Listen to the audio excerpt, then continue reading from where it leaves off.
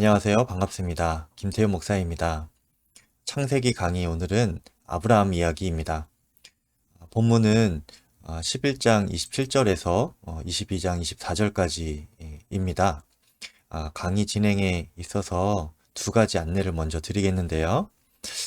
첫 번째는 보시다시피 이제 본문이 길고 또 내용도 많아서 이번 주와 다음 주 두 번에 걸쳐서 이 아브라함 이야기 강의가 진행이 되겠습니다.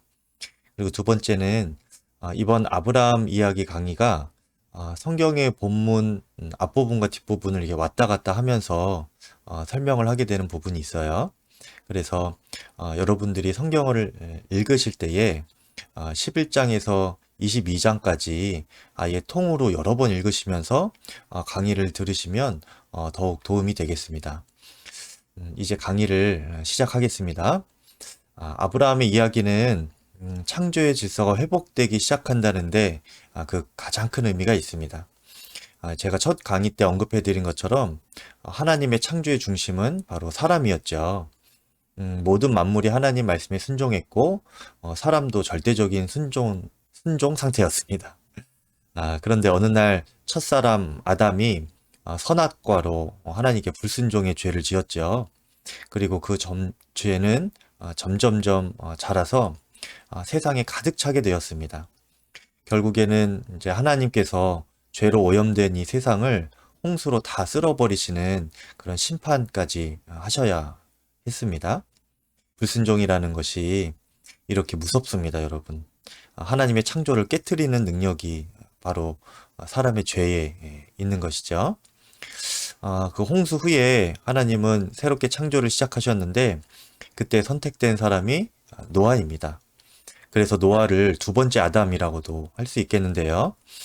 하나님은 이 새 창조를 시작하시면서 이 세상이 다시는 이런 홍수 심판과 같은 비극이 일어나지 않았으면 좋겠다 하는 마음이 있으셨습니다. 그래서 한 가지 안전장치를 마련하셨는데 그것이 바로 언약입니다. 이 언약의 특징은 하나님께서 끝까지 붙드신다는데 의미가 있죠. 그래서 사람이 순종을 하면 그 언약의 축복을 다 누릴 것이지만 만약에 사람이 언약을 지키지 못한다면 어떻게 될까요? 네. 그렇다 할지라도 하나님께서 그 언약을 끝까지 붙드셔서 다른 사람을 통해서라도 지키게 하십니다. 그렇게 결국에는 창조를 완성해 가실 것이라는 것이 이 언약의 특징이고 그 속에 담긴 중요한 의미가 되겠습니다. 그것이 두 번째 아담인 이 노아의 사명이었습니다. 노아는 하나님과의 언약에 대해서 처음에는 다행스럽게 순종으로 시작했죠. 예배도 잘 드리고. 그런데 안타깝게도 머지않아서 그 노아마저도 결국 불순종의 죄로 끝나게 됩니다. 그것을 저희가 지난 시간에 보았죠. 결국 홍수 심판까지는 아니지만 인류는 그 바벨탑 아래에서 다 뿔뿔이 흩어지는 그런 징계를 당하게 됩니다. 그리고 이제 하나님은 예비하신 또 한 사람과 다시 언약을 맺으시면서 새롭게 시작을 하십니다. 그 사람이 바로 이제 아브라함인데요. 그런 면에서 보면 이 아브라함은 세 번째 아담이라고도 할 수 있겠습니다. 그러면 과연 이 아브라함이 앞으로 어떻게 하게 될까요? 먼저 전체적인 흐름을 보겠습니다. 아브라함 이야기의 가장 독특한 특징은 이 유사한 사건들이 각각 두 번씩 쌍을 이루어서 나타난다는 특징이 있습니다. 먼저 전체 신앙 여정 가운데 가장 중요한 사건을 하나님께서 지시하시는 명령이 그 아브라함의 인생 가운데서 두 번 나타납니다. 12장에 처음 부르심을 받고 길을 떠날 때 그 명령이 한 번 있고요. 그리고 22장에 독자 이삭을 바칠 때 그 명령이 한 번 더 나옵니다. 이 이야기들은 가라 라는 명령어로 시작하여서 또 가라라는 명령어로 그 결론에 이르게 되지요. 이 두 번의 이 가라라는 명령에 아브라함이 어떻게 순종해 나가는지가 우리가 이 아브라함 이야기를 보면서 가장 눈여겨봐야 할 포인트가 되겠습니다. 그리고 그 두 번에 가라 라는 명령 사이사이에 이제 아브라함이 아내를 누이라고 속이는 사건이 두 번 나타나고요. 또 소돔과 고모라와 연관된 사건에서 아브라함이 그 조카 롯을 구원하는 사건, 이것이 또 두 번이 나타납니다.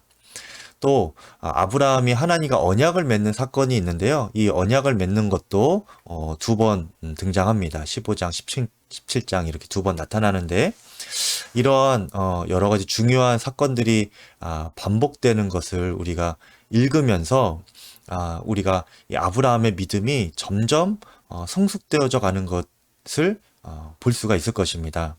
여러분도 그것을 마음에 염두에 두고 성경을 읽어보시면 도움이 되겠습니다. 그리고 아브라함 전체 이야기의 또 한 가지 중요한 특징은 바로 이름의 변화입니다. 아브라함이 아브라함으로, 그리고 사레가 사라로 변화가 됩니다. 이것은 매우 중요한 특징인데요.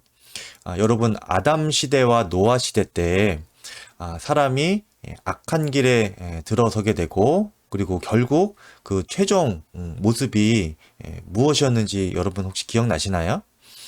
스스로 자기 이름을 높이는 것, 명성 있는 자가 되는 것이었지요.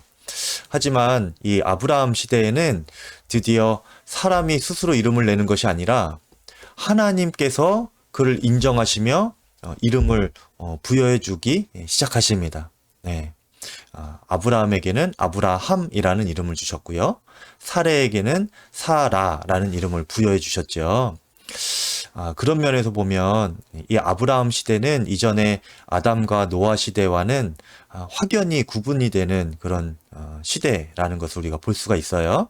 그리고 그 차이, 또 갈림길을 만든 것은 이전과는 다른 순종, 그리고 예배였습니다. 절대적인 순종을 드렸고요. 또 끊임없는 예배를 아브라함이 하나님께 드렸던 것이죠.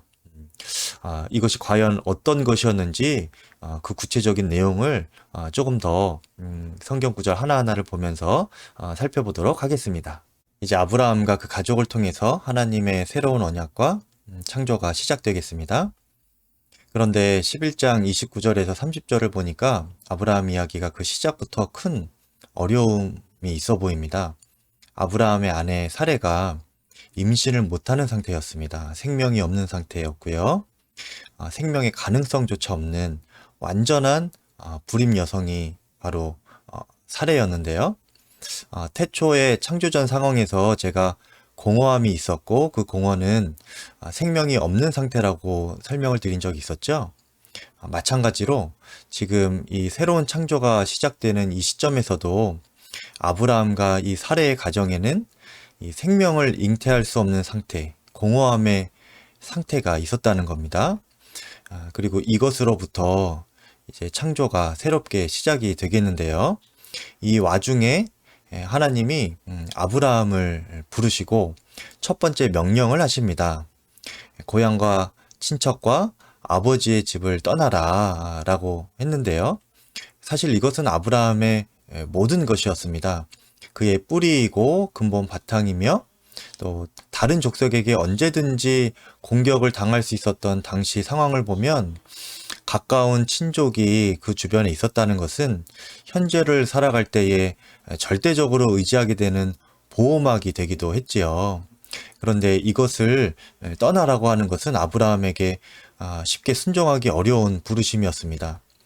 하지만 아브라함은 그런 하나님의 명령 한마디에 어떠한 토도 달지 않고 자신의 보호막을 잘라내고 오직 여호와만 의지하는 믿음으로 순종했습니다. 물론 그의 여정이 순탄한 것만은 아니었죠. 그가 가야 할 땅은 아브라함과 그의 식솔들이 오기만을 기다리면서 그렇게 비어있는 땅은 아니었습니다. 이미 가나안 족속들이 있었고요. 그것은 어쩌면 아브라함에게는 절망적인 상황이었을 것입니다.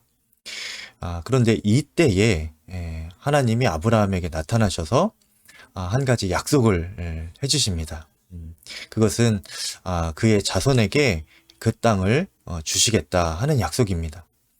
그런데 우리가 아브라함의 입장에서 한번 생각해 보면 그 현실이 지금 불임의 상황이지 않습니까? 그래서 그가 자손을 기대하기가 어려운 지금 상황입니다. 그리고 이 보호받고 안전했던 그의 본토 친척 아버지 집을 지금 떠난 상태에 있잖아요. 그래서 다른 족속이 자리 잡은 그 땅을 차지할 그런 힘도 없었습니다. 누가 같이 있어야 함께 싸울 텐데 지금 아브라함에게는 자신과 그의 식솔 정도밖에 없었죠. 이런 상황에서 주신 아브라함에게 주신 하나님의 약속을 아브라함은 어떻게 응답을 지금 해야 될까요? 현실을 논리적으로 설명하고 또 합리적인 대안을 하나님께 요구하면서 하나님께 따지기라도 해야 할까요? 아, 아브라함이 반응한 것은 그 반대였습니다. 바로 순종의 예배였는데요. 그리고 이후에도 아브라함은 계속 하나님을 향한 예배를 이어갑니다. 베델과 아이 사이로 옮겼을 때도 그가 제단을 쌓았고, 그리고 남방으로 옮겨서는 헤브론에 여호와의 제단을 쌓게 됩니다. 예배를 드린 거죠. 이렇게 아브라함의 믿음의 여정은 순종과 예배로 이렇게 순탄하게 시작을 합니다. 그런데 그렇다면 그의 마지막 결말은 어떨까요? 우리가 이것을 먼저 보면 좋겠는데요. 하나님께서는 아브라함을 그의 인생 말년에 또 한 번 부르셨습니다. 내 아들 사랑하는 독자 이삭을 데리고 모리아 땅으로 가서 내가 일러준 한 산 거기서 그를 번제로 드리라 이렇게 말씀하셨죠.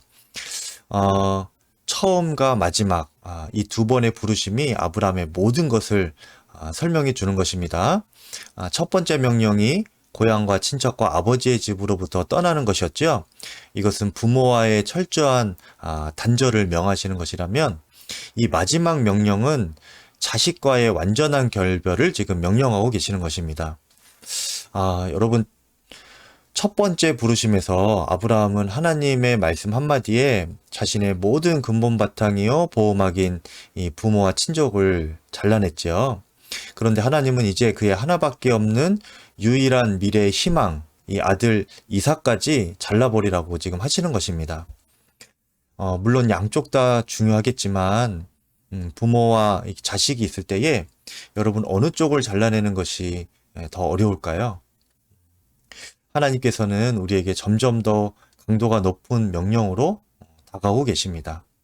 과거를 의미하는 근본 뿌리부터 미래의 기대를 의미하는 이 신락 같은 희망까지 완전한 포기를 지금 요구하고 계시는 것이죠. 그런데 궁금한 것은 하나님께서는 왜 그렇게 가혹하게 이 독자 이삭을 바치라고 하셨을까 하는 것입니다. 12장 2절에 보니까 내가 너로 큰 민족을 이루고 내게 복을 주어 내 이름을 창대하게 하리니 너는 복이 될지라 하나님이 아브라함에게 처음에 이런 약속을 하셨지요. 그런데 이 약속을 이룰 수 있는 사람이 아브라함에게는 바로 그 독자 이삭이었습니다. 불임이었던 아브라함의 가정에 이삭이 잉태되고 태어났다는 것은 드디어 이 12장 2절에 하나님의 축복을 이룰 수 있는 그 문이 열리게 된 것과 같은 것이 된 것이죠. 만약에 아브라함에게 이 후손이 없었다면 어찌 큰 민족이 되고 이름이 창대해지고 땅을 차지하고 그를 통해 세상 모든 민족들이 복을 누리겠습니까? 이삭은 이 모든 것을 이룰 수 있는 축복의 선물과도 같은 존재였습니다. 하지만 동시에 이삭의 탄생으로 말미암아서 아브라함은 이제 더 이상 하나님 없이도 살 수 있다고 자만하게 되는 계기도 될 수 있었습니다. 그래서 신앙인들은 복받은 성도들은 누구나 두 가지 질문에 앞에 서게 됩니다. 하나님께서 허락하신 축복의 선물을 평생 받아 누리며 살 것인가? 아니면 이제는 하나님 없이도 살 수 있다는 이런 유혹에 무너져서 그동안 받았던 것까지 모든 것을 잃게 될 것일까 하는 것이죠. 이런 면에서 보면 이삭은 마치 선악과와 같습니다. 아브라함에게 있어서 이 이삭은 결국 인간의 주권과 하나님의 주권이 부딪히는 대결의 장소가 되는 것이죠. 신앙인들이 그 축복이 이루어져서 높은 자리와 부와 명성을 누리는 위치에 올라가고 나면 그 축복이 오히려 그를 실족하게 하는 올무가 되기가 쉽습니다. 신앙의 열정은 사라지고 주어진 축복을 빼앗기지 않고 더 누리려고 안간힘만 쓰다 보니까 하나님과 다투게 되고 또 사람들과 경쟁하면서 싸우고 다투고 더 높아지려고 하게 되는 거예요. 그래서 복받은 사람이 다음 할 일은 바로 자신이 가지고 있는 또 누리고 있는 이 모든 것의 주인이 오직 하나님이시다 하는 것을 끊임없이 인정하는 것, 이것입니다. 아브라함은 지금 자신의 전부나 다름없는 이 이삭을 바치라는 하나님의 명령 앞에 섰습니다. 과연 그러면 아브라함이 이 하나님의 명령 앞에 어떻게 반응을 하게 될까요? 이어서 한번 계속 보겠습니다. 22장 3절에 보니까 아브라함이 아침에 일찍이 일어나서 준비를 하여 길을 떠납니다. 아브라함은 하나님의 이 두 번째이자 마지막 부르심 앞에 한마디의 질문도 하지 않고 묵묵히 순종하는 것을 볼 수 있습니다. 여러분, 진정한 순종은 질문하지 않는 것입니다. 나의 상식으로는 이해가 가지 않는 것이지만 하나님께는 깊은 뜻이 있을 것이다 하면서 믿음으로 나아가는 것, 이것이 진정한 순종입니다. 그리고 또 이 진정한 순종이라는 것은 신속히 순종하는 것입니다. 아브라함이 지금 평상시보다 일찍 일어났습니다. 그리고 불안과 공포감 때문에 이렇게 일찍 일어나는 것이 아니고요. 하나님의 명령을 신속하게 실행하기 위해서 일찍 일어나 지금 길을 떠날 차비를 하고 있는 것입니다. 지금 아브라함의 마음속에 가득 자리 잡고 있는 것이 여러분 무엇일까요? 그것이 바로 5절에 나오는데 놀랍게도 아브라함의 마음을 가득 채우고 있는 것은 이삭이 아니라 하나님께 이삭을 번제로 바쳐서 드리는 이 예배에 순종하는 것, 이것이 지금 마음에 가득 차 있습니다. 그 예배는 결국에는 하나님을 놀라게 하는 예배였고요. 하나님의 마음에 확신을 주는 그런 예배였습니다. 그래서 이제 12절에 보면 아브라함이 이삭을 이제 번제로 올려놓고 순종의 예배를 드릴 때에 하나님이 다급히 그의 손을 멈추시는 장면을 볼 수 있습니다. 그리고 드디어 그토록 찾으시던 한 사람을 찾았다, 이런 심정으로 하나님께서 그에게 말씀하시는데 내가 이제야 내가 하나님을 경외하는 줄을 아노라, 이렇게 말씀하시지요. 여기서 경외하다라는 말은 히브리어로 야레라는 단어인데요. 이것은 두려워하다라는 뜻으로도 쓰입니다. 일전에 하나님의 음성을 듣고 두려워하던 아담이 생각나지요? 그 아담의 실패가 지금은 이 하나님의 음성을 듣고 경외함으로 철저히 순종을 하고 있는 아브라함의 성공으로 바뀌는 모습을 우리가 지금 볼 수 있습니다. 이것으로 말미암아서 지금 새로운 창조의 문이 열리게 된 것이죠. 아담은 그의 아내의 말을 듣고 하나님의 명령을 마치 헌신짝처럼 버렸다면 이제 하나님을 경외함으로 그분의 명령 한마디에 자신의 모든 것을 포기할 줄 알았던 사람, 이 아브라함이 등장하게 된 것입니다. 이 새로운 창조의 문이 그래서 비로소 아브라함을 통해 열리게 되었는데요. 하나님을 이제 그를 보시면서 신뢰하기 시작하십니다. 그의 믿음을 보시고 이제는 내가 이 아브라함에게 어떤 축복을 쏟아 부어줘도 그가 그로 인해서 실족하거나 타락하지 않겠구나, 이렇게 하나님은 마음에 확신을 하시게 돼요. 그래서 하나님께서는 이제 그에게 드디어 모든 언약을 성취하실 것에 대한 확증을 하십니다. 그것이 바로 17절, 18절 말씀인데요. 이 속에는요, 땅을 차지하는 것과 또 자손이 많아져서 큰 민족을 이루게 되는 복, 그리고 복의 근원이 되어서 세상 모든 민족이 그를 통하여 복을 누리게 되는 이러한 축복의 통로가 되는 모든 복들이 다 포함되어 있습니다. 이런 아브라함의 모든 순종을 히브리서에서는 이렇게 평가하고 있습니다. 히브리서 11장 17절에서 19절에 보면 이 히브리서 기자는 아브라함의 이 모든 순종을 믿음이었다 이렇게 평가하고 있어요. 그가 이삭이 약속을 받은 존재라는 것을 이미 알고 있었고, 그럼에도 불구하고 이삭을 바치라는 하나님의 명령에 순종으로 일관한 믿음이었다는 것을 아주 강하게 강조하고 있습니다. 그리고 아브라함은 심지어 이 하나님이 이삭을 죽이고 나서도 그 다음에 능히 살리실 수 있는 분이라는 것을 절대적으로 믿고 있었다. 그리고 그 믿음으로 순종하였다라는 것을 강조하고 있습니다. 그야말로 아브라함의 삶은 끊임없는 예배와 이 절대적인 순종으로 가득 차 있었던 삶이었다. 이렇게 말할 수가 있는 것이죠. 그렇다면 한 가지 질문이 생깁니다. 도대체 아브라함은 어떤 사람인가? 하나님의 어떤 모습을 체험했기에 이렇게 한치의 주저함도 없이 절대적인 순종의 믿음을 하나님께 올려드릴 수 있었을까 하는 것입니다. 만약에 이 아브라함이 스스로 이런 신앙을 만들어낸 것이라면 그 믿음의 조상을 따르는 우리에게는 너무도 절망적인 소식이 될 것입니다. 왜냐하면 이런 절대적인 순종의 믿음은 우리가 흉내조차 내기 어려운 것이기 때문이죠.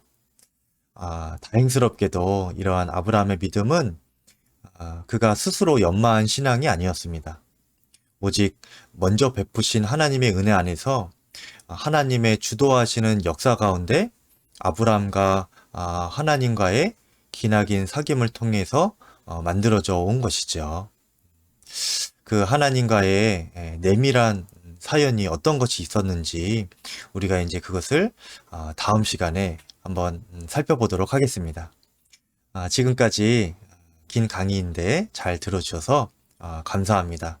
창세기 말씀 통독을 통하여서 여러분 안에 하나님께서 아브라함과 같은 절대적으로 순종하는 믿음을 더욱더 부어주시기를 간절히 축복합니다. 감사합니다.